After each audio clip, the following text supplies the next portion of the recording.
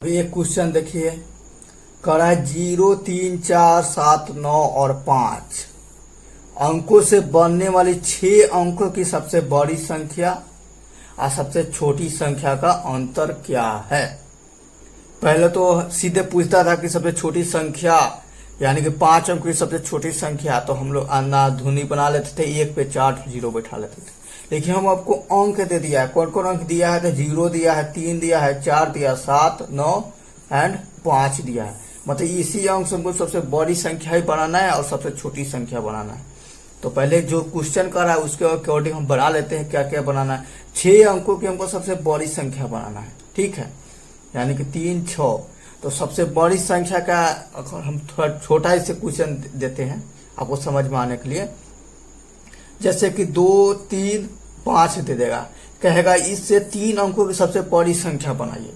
तो सबसे बड़ी संख्या बनाने के लिए आपको क्या होगा, सबसे बड़ा वाला पहले लिखना पड़ेगा। यानी कि इसमें 2, 3, 5 में सबसे बड़ा कौन है, तो 5 है, तो 5 लिख देंगे। फिर इससे बड़ा 3 है, यानी कि इसको बोलते हैं डिसेंडिंग ऑर्डर, यानी कि अवरोही क्रम में लिखेंगे।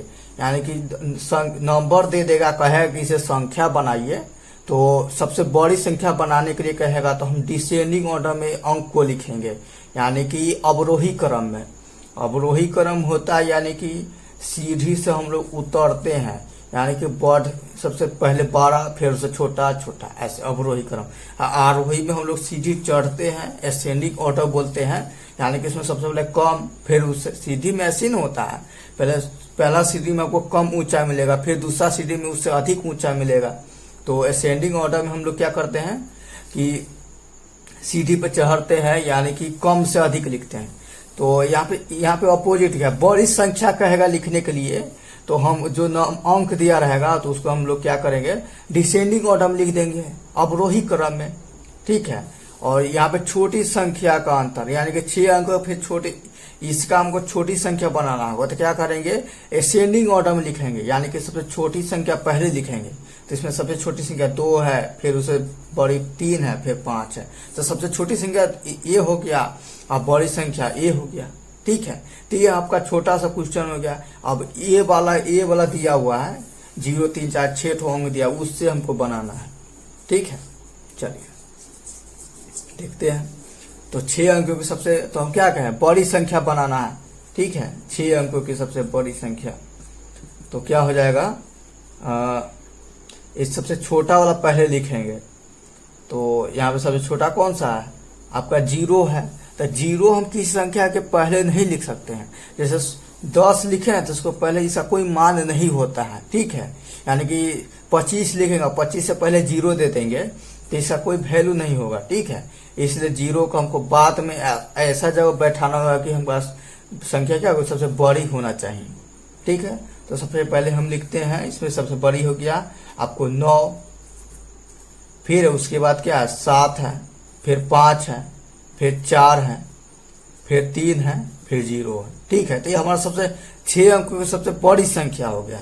फिर हमको 6 अंकों की सबसे छोटी संख्या के लिए हम क्या करना पड़ेगा, सबसे छोटा पहले लिखना पड़ेगा, ठीक है। तो सबसे छोटा कहाँ गया, 0 नहीं लिख सकते हैं, 3 के बाद 0 लिखेंगे, ठीक है।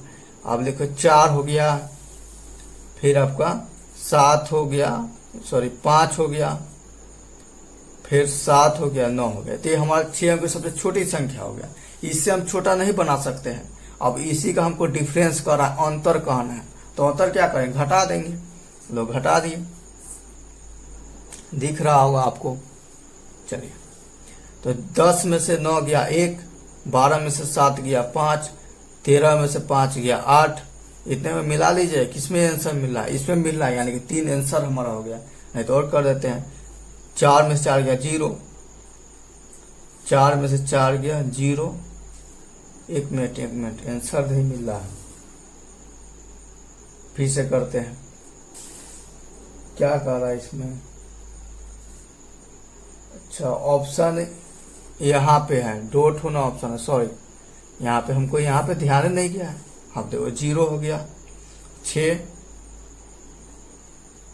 7 हो गया और 6, यानी कि घटाएंगे, 10 में से 9 गया 1, और तो यहाँ पे पैंचा लेगा ना, तो 12 में से 7 गया 5, फिर पैंचा दिया हुआ था 3 में से फिर पैंचा लेगा तो 13 में से 5 गया 8, 4 में से 4 गया 0, और ये पैंचा दिया हुआ कह रहा है वह कौन सी संख्या जिसे 15 से भाग देने पर भागफल 15 शेषफल 5 रहता है।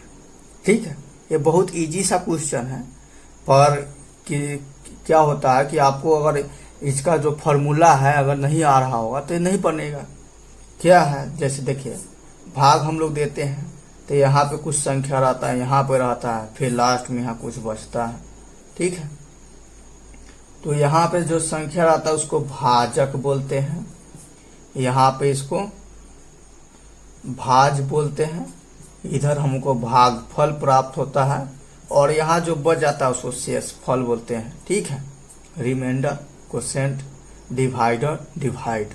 ठीक है, यानी कि ये दोनों को हम गुना करेंगे। भाजक समझ रहे हैं ना, जैसे लेखक में लिखने वाला भाजक यानी कि भाग करने वाला। ठीक है, जिसे भाग दिया जाता है, तो ये दोनों को गुना करेंगे और इसको हम शेषफल को जोड़ेंगे तो ये वाला हमारा भाज आ जाएगा। ठीक है, जैसे इसको फॉर्मूला टाइप के लिखेंगे तो इस टाइप से लिख सकते हैं। यहाँ पे देखिएगा भाजक गुने क्या होगा, भागफल प्लस क्या होगा, शेषफल।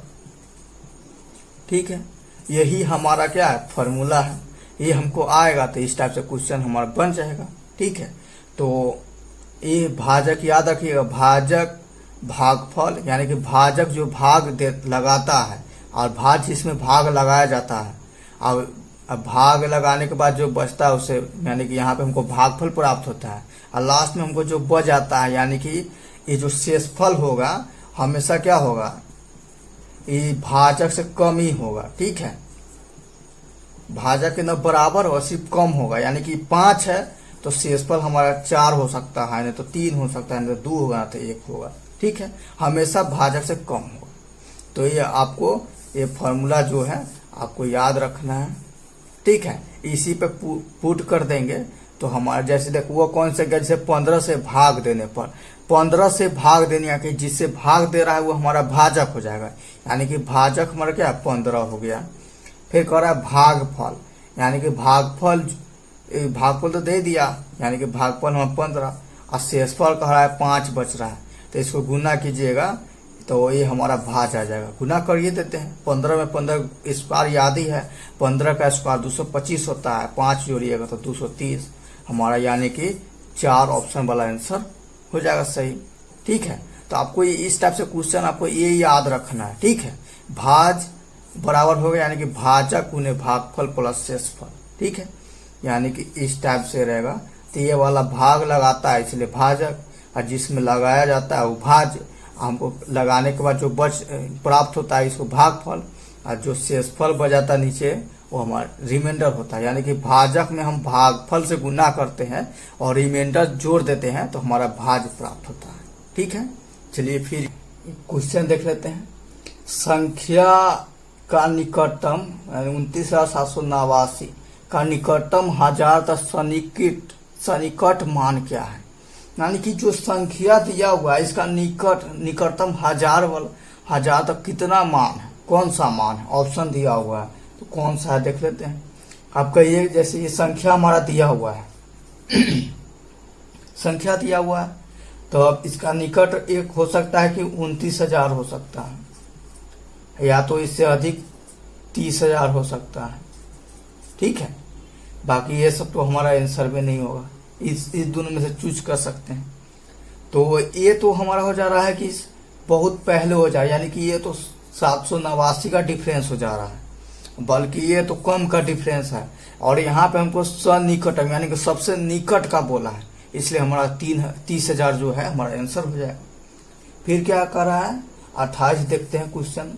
संख्या पद्धति में 4 अंकों की कुल कितनी संख्या है। ठीक है, जो नंबर सिस्टम में तो पढ़ते आ रहे हैं, यानी कि 1 से स्टार्ट करते हैं तो अनंत तक जाता है, यानी कि 100, 101, 1000, 1001 ऐसे बढ़ते जाता है।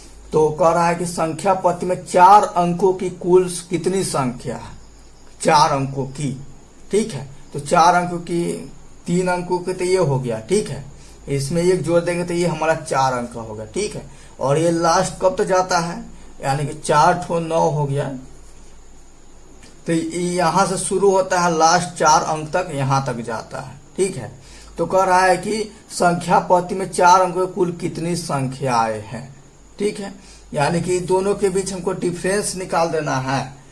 ठीक है, यानी कि इतना के बीच में हमको इतना डिफरेंस और ये दोनों को जोड़ देंगे तो हमारा आंसर आ जाएगा।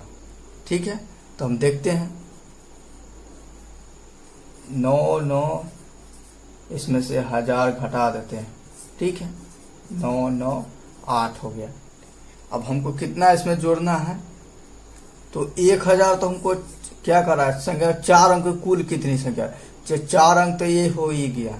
ठीक है, और इसमें से हम ए वाला ले ही लिए हैं।